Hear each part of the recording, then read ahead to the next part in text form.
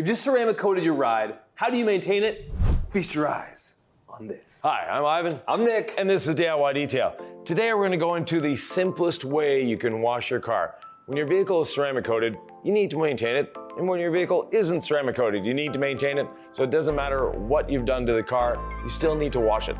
This is a simple, easy way to do it without any fancy tools, without any special items. We have a hardware store pump sprayer, a bucket, a sponge, and some rinseless wash. We're here to educate Ivan, but people believe in stories, or they get attached to stories, so we want to give a little narrative. We're gonna weave it in a little bit. Yeah. This is my Jeep. We ceramic coated it a week ago. I don't have a garage. I'm leaving Omaha, Nebraska, going back to Utah. So selfishly, I'm like, Ivan, I want 1 week after the coating wash before I hit the road. Yeah. But I also want to know, how does one do this with no hose, in the direct sunlight? Like, how can I practically maintain this thing? Yeah. So as a customer, this is educational. As a human who just like washing cars, it's also educational. So tell us where we start. Right, and as a professional detailer, this is something you should do with your customers to teach them how to maintain their vehicle that you've spent so much time prepping and polishing and doing all of that. So, as a professional detailer, I always called this my last quality control check, making sure that the vehicle is up to my standards for the customer. Making sure the coating is performing as you hope it will. And there's something that we noticed in our little inspection that we'll show you later. Let's just call it my unique ceramic coating signature. Yeah. All right, this I believe is not a fancy keg worth hundreds of dollars. This is what, $16 garden pump sprayer? Yeah, just a standard weed sprayer. Got the 2-gallon model, and the reason for the 2 gallons, 1 gallon of liquid, 1 gallon of air. That way you have space. If you don't have space for air in it, you can't pump it up. Now, 1 gallon will more than cover this Jeep, not an issue. So we start by simply spraying it on the vehicle. Now, Nick mentioned working in direct sunlight. That means we're only gonna do half the car and then come back and do the other half after.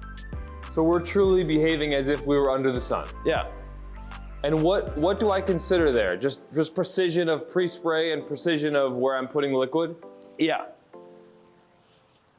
So we're making sure that we're getting everything covered and emulsifying the dirt. Now, this just wasn't parked for a week. Nick actually drove it. It rained, all sorts of things, but stayed really clean. And for those that aren't following the story, this has the 8.3 stack on it. And what is the 8.3 stack?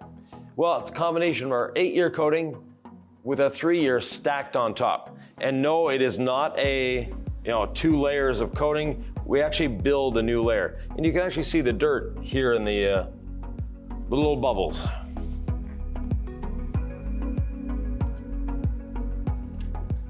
Now, you may not have a bucket on wheels, but it's not a problem. You just need water. Do you need distilled water, Ivan, to prevent water spots when you're washing, or is any water fine? So water spots when washing have nothing to do with the water. They have everything to do with technique. So if you let water sit on the vehicle and dry by air, yes, it's gonna cause water spots. This is not water. This is a rinseless wash. So even if it dries on the surface, it'll create spots that are easily wiped away. Now, you may be like me at home and you fill up your bucket and you're like, I don't even know how much is in there. Is it 3 gallons? Is it 4? What's a good way to make sure you're measuring your rinseless wash to your water properly in the bucket? If you read the side of the bucket, it tells you how much is in there. Yeah, but I don't know the metric system. This says 12 quarts. 12 quarts. That's 3 gallons. 3 gallons, okay. Okay. So with 3 gallons of water, 3 capfuls of rinseless wash. Yeah. That sounds complicated to me. No, quite easy. Very simple, folks. We're trying to keep it super simple. 1 capful of rinseless wash concentrate per gallon, so just 3 of those in there. And we also have our legacy sponge, Ivan. That's our wash media. Yep. So you give us a quick little spin around, and there we have our beautiful legacy sponge. I don't know if we're ready yet, Ivan. So tell me your strategy as you distribute the rinseless wash on the surface. If it's direct sunlight, I want to get cranking already. I want to get working. Yeah. So what we've done, we've pre-sprayed half the vehicle. And like I said, look in these drops. You can see the dirt floating in them because the rinseless wash picks it up off the surface and separates it and makes it easy to clean away. So even without a hose and free-flowing water, we're seeing those beautiful water beads everywhere. Yeah. All right, so I'm your customer. You've given me the solution, a sponge. I've mixed everything up, I've sprayed it. I can spray, that's fine. Yeah. What the heck do I do now? Now you take your sponge, you put it in your bucket, and you do not use it like this. We want to squeeze it out. It's on the verge of dripping. When it's on the verge of dripping, this actually picks up the dirt instead of just moving it around. So we see all this dirt on the surface.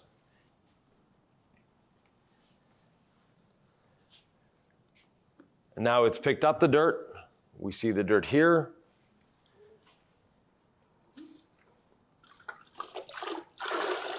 The dirt is gone. Some might call that magic. No, science. It's a beautiful thing. Then from there, we'll finish the panel.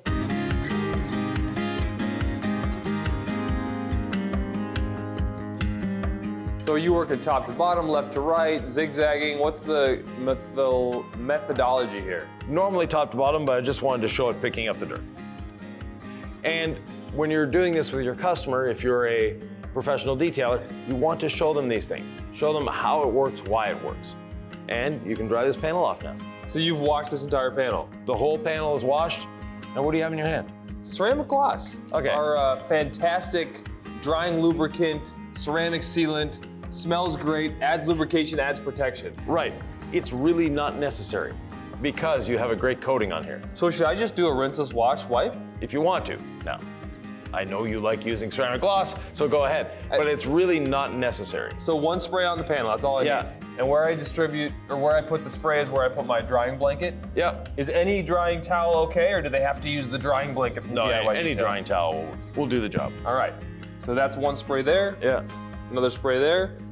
I'm gonna go ahead, and like I said, just putting the towel where I sprayed the ceramic gloss. Now, this is safe? Like, I didn't use a hose to wash my car. No. Now, had you been off-roading and it was covered in mud, of course we would have used a hose. I guess that's the question. It's like, when do I use a hose, when do I not? When you pre-spray the Rinseless on, and it looks really, really scary, then use a hose. Like when especially on white paint, when all those beads are full of brown and dirt, and you're just like, when in doubt, rinse it out. Yeah, when in doubt, answer your own question there. Yeah, and you gotta honor that. You'll know in your situation more than we can tell you on YouTube. So just trust your instincts there. Yeah. So there's a little bit of standard operating procedure, do it this way, and then there's a little bit of, please use common sense. We do teach a foam rinse foam, or a chemical rinse chemical method as it relates to car detailing, Ivan. And then there's the rare instances where, hey, no hose is needed. And if it's coated and it's this clean, that's a green light for me. We're basically just dealing with dust. That's all we're dealing with. But it's been a week. It's been a week of driving this, so it's been in the elements.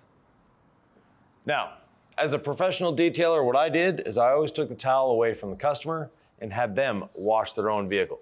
I demonstrated on 1 or 2 panels and let the customer do the rest. The reason for that, they can see just how easy it is to wash their own car. Because a lot of people have this misconception that washing this car is going to take hours and it's going to take a lot of time. It's very simple. It's not a long process. And at the same time, I'm evaluating how the customer is doing it, giving them little tips. You could do this way, you could do this way. That way they gain the confidence to do it themselves. So, on the verge of dripping, or basically not dripping. Is that too dry? That one's a little dry, Nick. All right, so one dip. Just a few drips left, so we pre-sprayed here. Yeah, I would start with the center of the hood, working back towards you. Okay, and I do see a little bit of brown dotting here, so it's doing some work. All right, no pressure on this sponge, right? No pressure on the sponge. And one thing that we do talk about is if you see brown under your wash sponge in some of these bubbles, you can hit it with another side. Right. Until the rinse comes clean. You have a Jeep. Yeah, exactly. Yeah. I just saw what you did there. Okay. You took the tip to absorb the liquid out of this little ridge here. Is that what I did without even thinking about it? Yeah. Boom, like that? Yeah, very good. Then you dry it. Now, you can do the cowl while you're there, Nick. Yeah, I missed the cowl. No, this is the first time since we've coated it that I'm really touching this paint. So I'm kind of studying it and yeah, I'm enjoying it, right? This can be a speed exercise, or this can be meditation where you just appreciate the vehicle that probably spent your hard-earned money on. And anyway, so I'm just, I'm having a moment with the Jeep, Ivan. enjoy. All right, I just moved it back to the red side. As a customer, are you saying that's unnecessary movement? It's unnecessary, but good cautionary movement. Okay. So it looks like we got that. Clean hood your taken fender. care. Okay, I'm gonna dip again. Yeah, and you'll notice the beads are clean, but the beads here are still dirty. So the exercise that I wanted to engage in is one side, Yeah, looking pretty clean on the beads. yeah.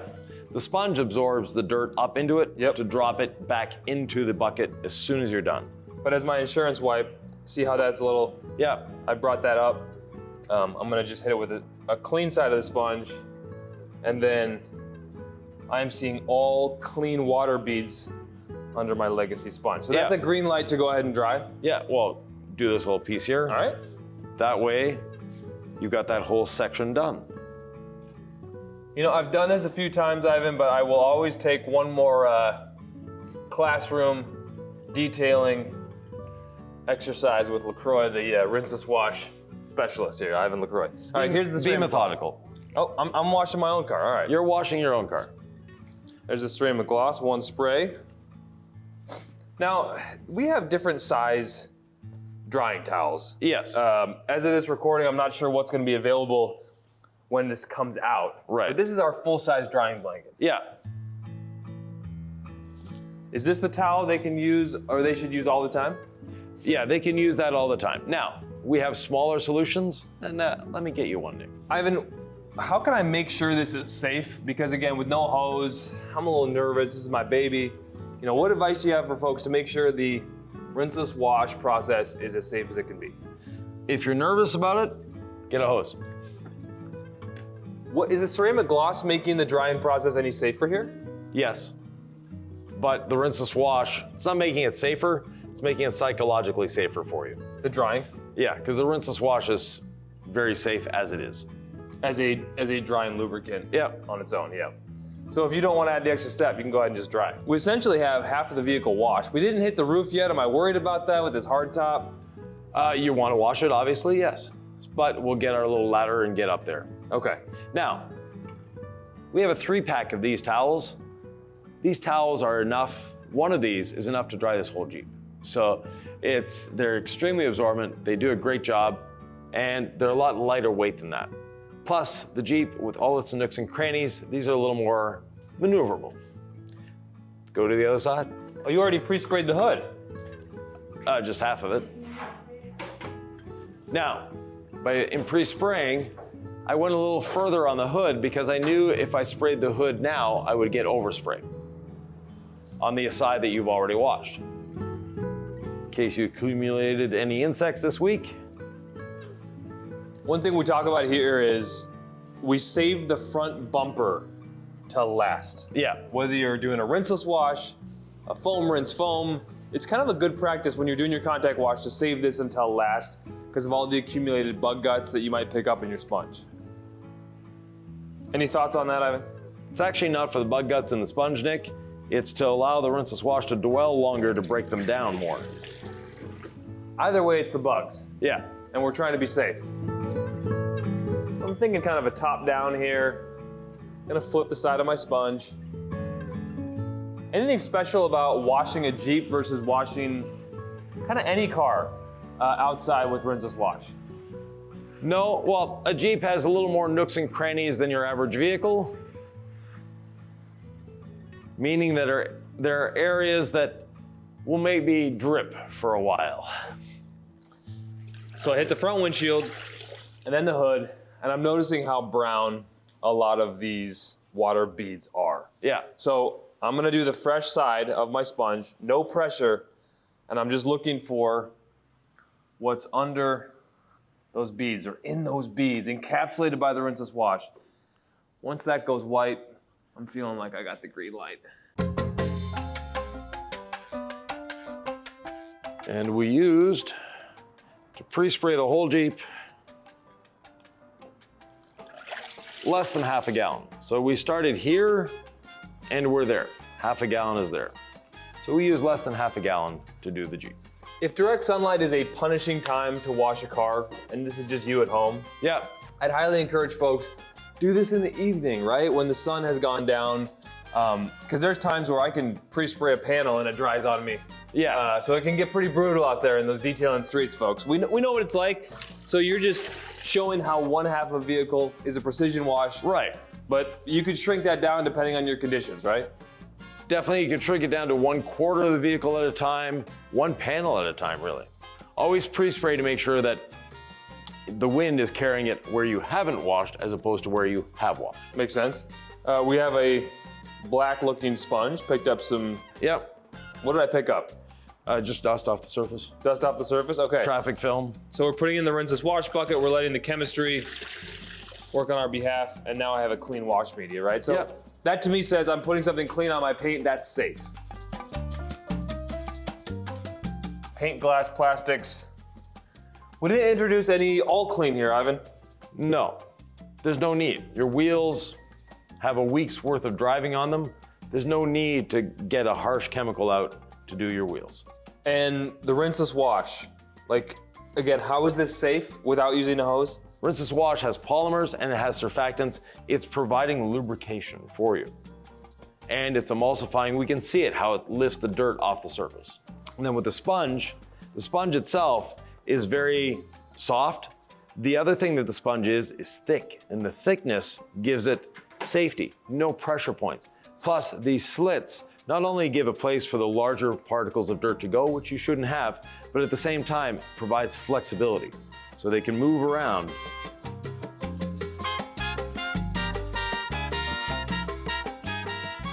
Now I'm going double spray for this half of the hood. Yeah, way too much. Way too much, okay. I changed drying towel, Ivan, and I don't know, just changed the way that.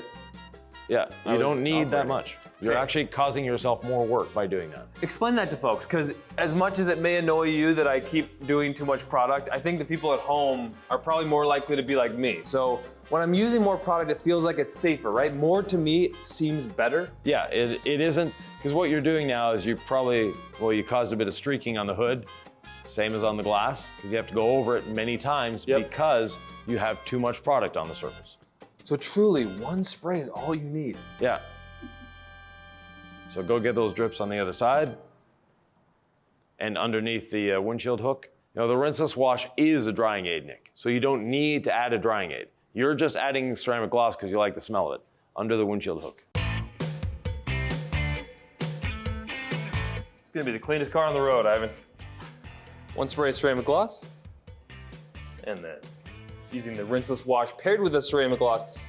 I mean, these two love each other, ceramic gloss and Rinseless wash. I feel like it's, like if you were gonna have two products from the DIY Detail lineup, I'm the kind of person who would say Rinseless wash and ceramic gloss might be the best two you could start with. They're a great combo, yeah. Is there anything to be said for the fact that I may have enough ceramic gloss on my towel now, or do I need to have more than enough. Okay, so I could just go ahead and move along and dry. Especially with this towel, I feel like it's a little smaller. Now we have a high spot here. I pointed it out to you, Ivan, but if I didn't see that, let's talk about how this is an opportunity to look for high spots. Well, like I said, as a professional detailer, this is my last chance for quality control. And as a customer, customers appreciate that me as a detailer wants to do more quality control. And the high spot here, so here we can see the high spot down there, right there. So there's a way, and it actually goes up here.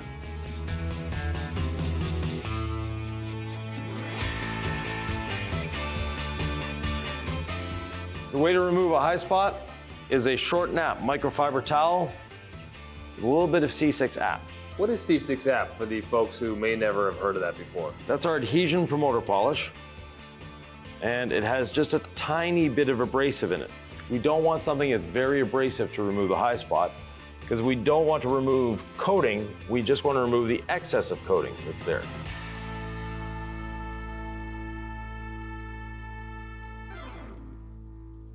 I'm just lightly going over with my finger because I don't want to remove the coating, I just want to remove the excess coating. And then checking often. How's that? Still Little bit, but it's better. on the bottom. So we don't want to remove, like I said, the coating. So we go slowly and just.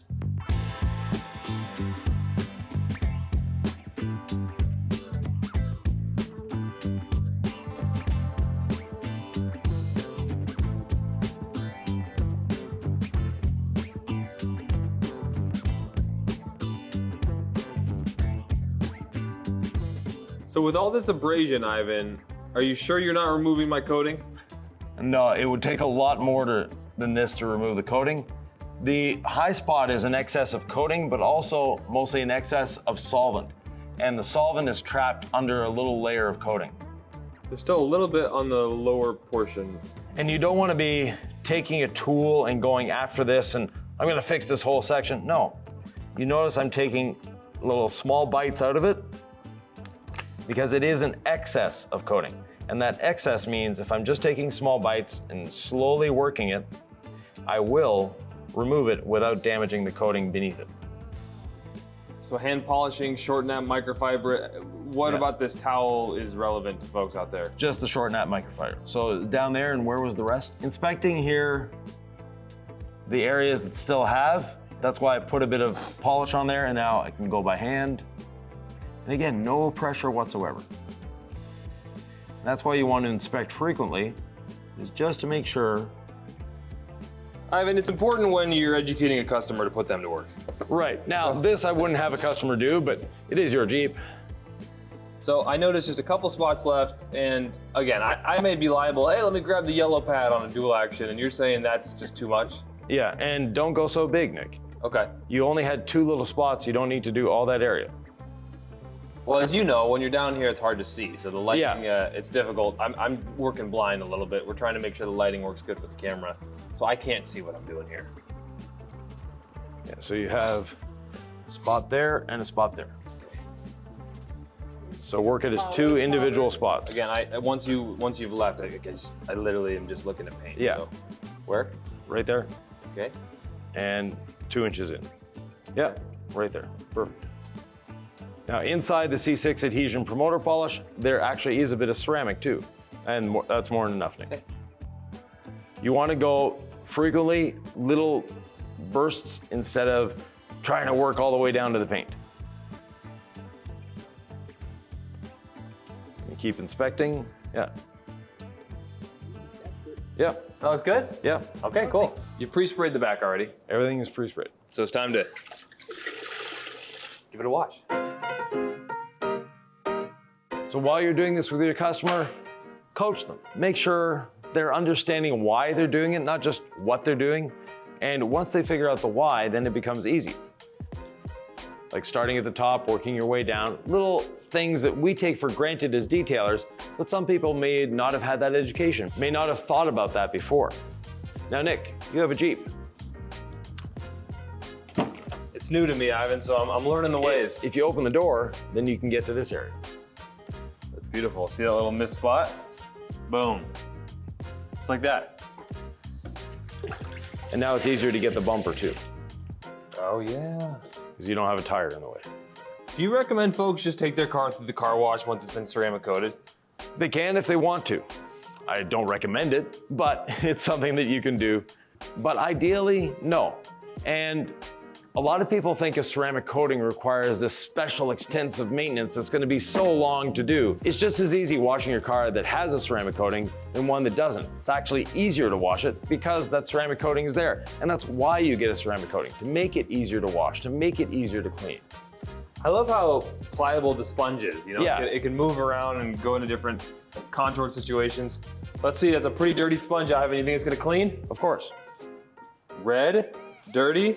Yeah. See, that's not moving, that's real. Put it in this bucket, and the rinseless wash might be doing some magic, because That looks pretty clean to me. Yep. Am I worried about any of this stuff, or is that just wet, huh? Yeah, and that's from you rubbing it. Okay, so You don't want to rub the sponge when it has dirt in it. You're fine. Perfect. Look clean, yeah. Awesome.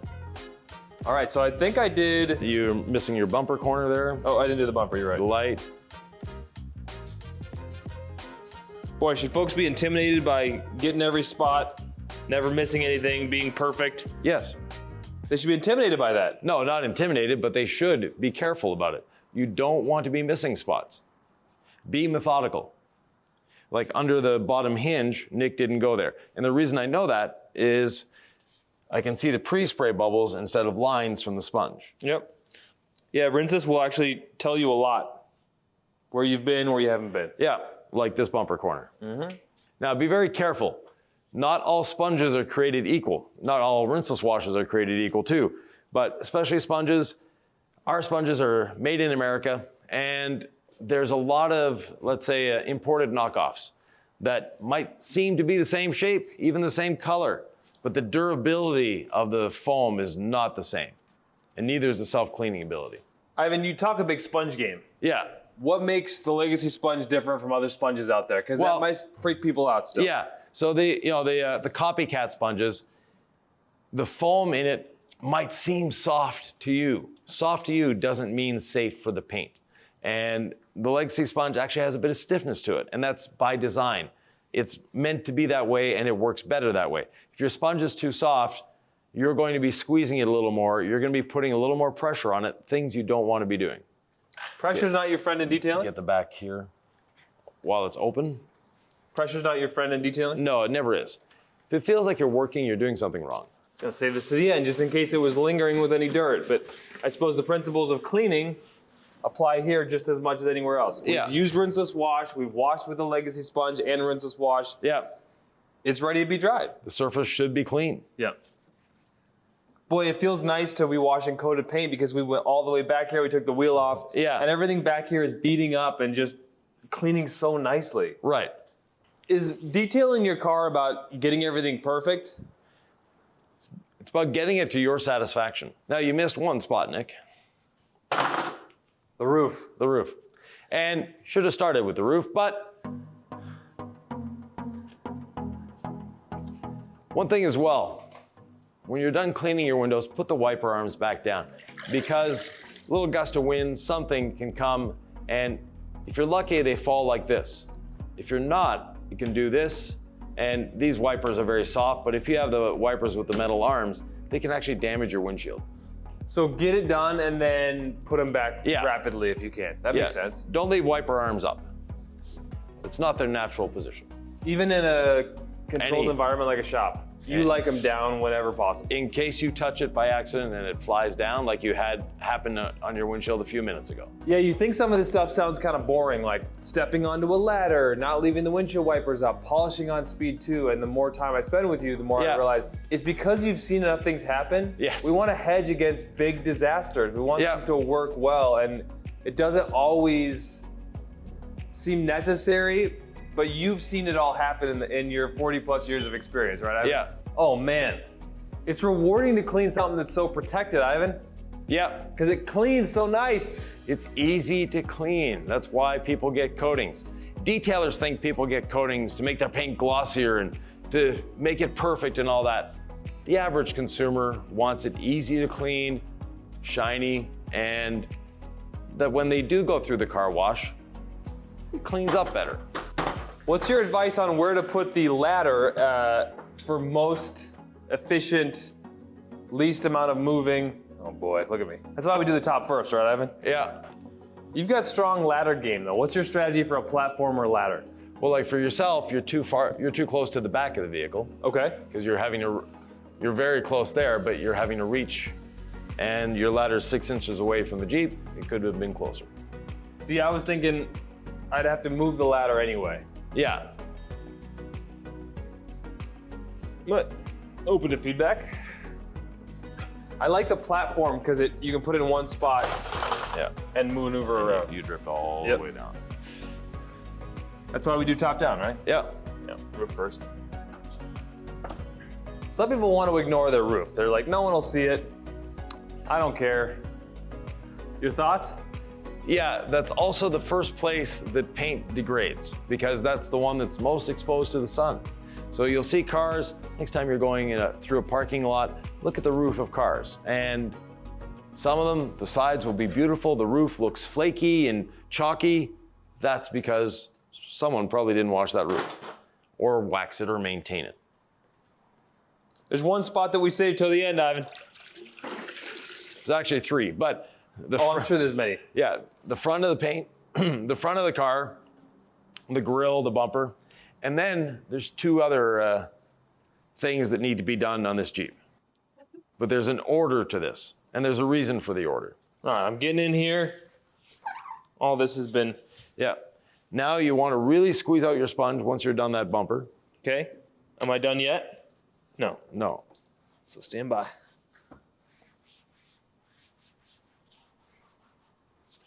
Okay. So what area did Nick miss on the bumper?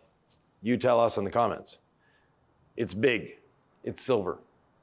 The whole top of the bumper. Oh, the whole top of the bumper. On camera, I get so nervous, Ivan. Yeah. Now, squeeze out your sponge in your bucket. Okay. As dry as you can get it. Ivan said as dry as I can get it. Yeah. Without twisting though. You never want to wring a sponge. You want to squeeze a sponge. So tell me what I was just doing. If I have done it, I'm sure others may have wanted to do that as well. The sponge, as you know, is made like of little holes, and they have membranes between them. By twisting it, you're breaking the membranes. You just squeeze. Just squeeze. And the reason we wanted to squeeze is to pick up all this excess liquid here so that your towel doesn't have to do it. Okay, let's see. Does the sponge really do what a sponge says it does?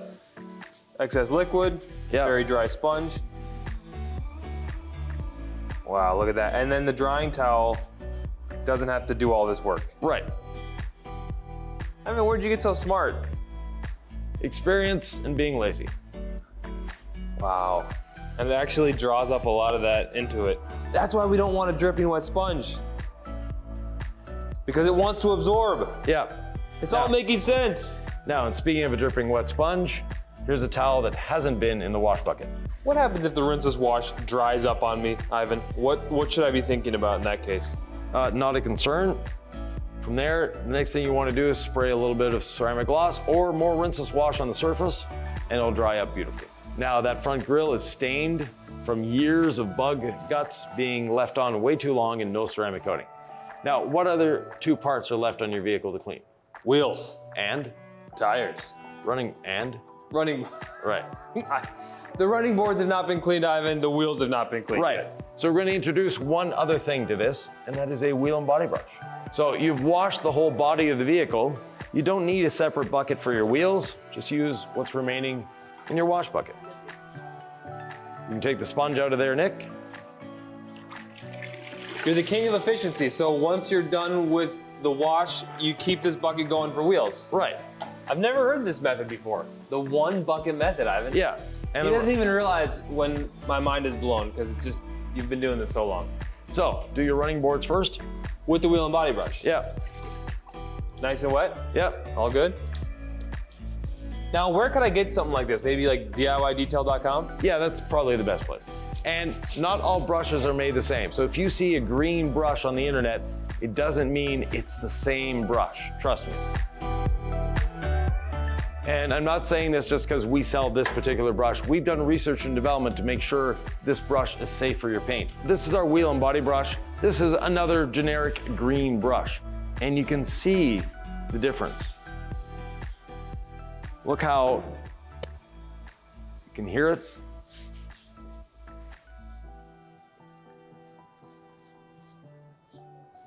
So this one is much, much softer.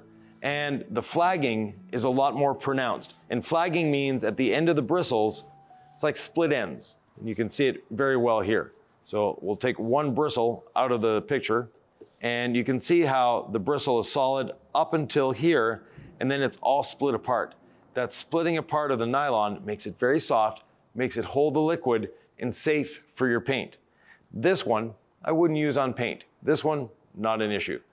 But they look the same. They're both a green brush. And you can see the depth of the flagging here and here, they're sort of half flagged. So not all green brushes are made the same. So Nick, you got your running boards done. Now you have your wheels. We pre-sprayed the wheels. They're still damp, but they could use a little more. I'm kind of blinded by this paint. I was just staring at it and getting lost in thought. So get a little more moisture on there. Yeah, so if anything ever dries on you, err on the side of reapply some Rinseless before you touch your paint or your wheels. Yep. There we go.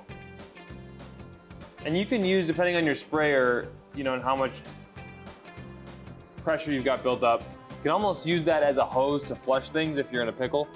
I like to start at the valve stem, Ivan, and just work my way clockwise from there. An easy to clean wheel is a beautiful thing.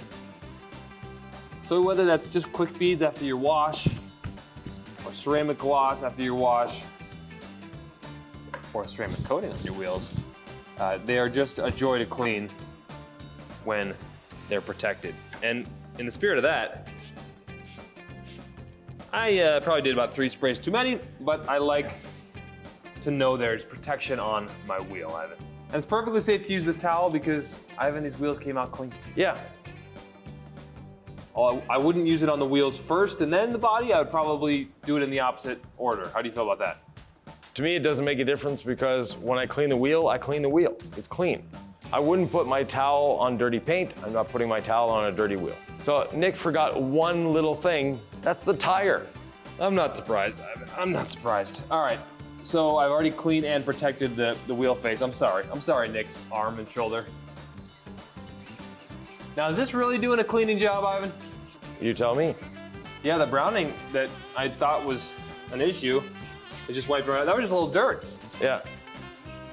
Okay. Now we'll leave drying the tires till last because these tires, we didn't put tire dressing on them. When we bought them to put on the Jeep, they're takeoffs from a brand new Jeep. And the dealership put so much of their tire dressing on it. We cleaned them twice and they still were a little oily. How do you react to me doing the wheel face before the tire? That's fine. All right. You never know. Ivan has his ways. It's the barrel that you want to do last. And I'm not doing a barrel clean. This is a quick rinseless wash in my driveway after a ceramic coating. Okay. I'm sorry, does that offend you? You really want me to do the your barrels? vehicle, it's not mine. I don't care about barrels, let's be honest. Yeah. No one sees them. Easy to clean in the real world. Boom. We've talked about barrels before, Ivan. A lot of folks who drive through the car wash, they've got a lot going on in their lives. They want a shiny, clean car. They don't even know they have barrels. No. You know, anybody that never has hand washed their car or taken it to a detailer, like you say, they don't know they have wheelbarrows. They're nice to be clean, Yep. but if you don't care, you don't care. Pretty simple way to wash my car, Ivan. Extremely simple way to wash your car, Nick, and I'd like to point something out. As you often do. No squeegee was used in the making of this video. Well, that's a pretty rare occurrence. And yes, we have a little bit of moisture on the ground, but normally we'd have a lake here if we hadn't have used a squeegee because we didn't use a hose. There's no need to use a hose. Also, with a Jeep, when you use a hose, you're catching drips for days or a very, very long time. Not a drip to be found? Well, No. actually, I found one. Yeah, but Yeah. considering that's how coming many from cleaning the Jeep roof. drips we usually have, Yeah. that's another reason why a rinseless wash is a joy, because you're not dealing with so many drips. Yeah. As an apartment dweller, all you need is a bucket and that little sprayer, carrying them down with the water already in them, and you're good to go. It's that simple. If you like simple, you may like this video where we also show you something pretty sweet in a very short amount of time.